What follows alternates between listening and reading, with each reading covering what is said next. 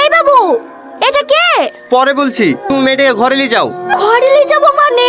তার মানে তুই আমাকে না জানি একলা একলা বিয়ে করে ফেলিস না? আরে না গো মা। এই তো চুপ কর। আমার কত সাত ছেলে, একটাই ছেলে, হাতে ধরে বিটা দেবো, আবার সেই আশাটুকু পূর্ণ করতে দিলেনি। যাক, বৌমা টুক তো সুন্দর হইছে। তোমার নাম কি মা? মা বলছি না এটা তোমার বৌমা না? ও একটা ছেলেকে ভালোবাসতো, পেটে বাচ্চা চলে এসে দেখে সেই ছেলেটা অপমান করে তাড়ি দিয়েছে। আবার বাড়ির লোকজনও বাচ্চাটাকে নষ্ট করে দেওয়ার জন্য পুলিশে ও নিষ্পাপ বাচ্চাটাকে মেরে ফেলতে চায়নি বলি ওকে বাড়ি থেকে বের করে দিয়েছে। ওরা কোথাও যাওয়ার জায়গা নাই, একটা মেয়ে রাস্তায় রাস্তায় ঘুরে বেড়াবে, তাই ওকে বাড়িতে নিয়ে আসনু। ও, তোমার বাড়ি কোথায় মা? রংপুরে। সে তো অনেক দূর গো মা। তোমার আব্বুর নাম কি?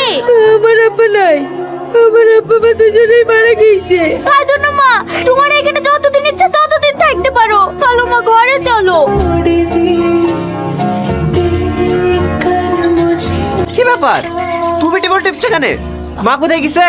ও একটু দোকানে গিয়েছে। মা দোকানে গেছে, রোমনি টেবিল টিপতে লেগেছো?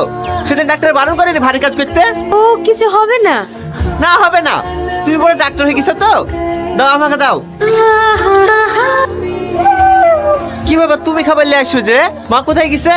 মা শরীরটা একটু খারাপ করছে, তাই আমি এলে চলে আসনু। দেখো দিনি, তোমাকে খাবার নিয়ে আসতে কে বলিছে? এমনিতে ডাক্তার হাঁটাহাঁটি করতে বারণ করেছে। আমি নয়তো বাড়ি গিয়ে খেয়ে নিতু। ও একটু হাঁটলে কিছু হবে না। আপনি সে কখন যাবেন তার নাই ঠিক, সারাদিন না খেয়ে থাকবেন। লেন লেন, খেলেন। এই গনি, এখন বাড়ি যাবে নাকি? না কেনে? তো সাইকেলটা একটু লেবো। ঠিক আছে লিজা। চলো। কেন আপনি খাবেন না? না, আগে তোমাকে বাড়িতে থুয়ে আসবো, তারপরে খাবো। আমি তো একটু হেঁটেই যেতে পারবো। হ্যাঁ, এইভাবে হেঁটে হেঁটে শরীরটাকে খারাপ করো। লাও উঠি বসো।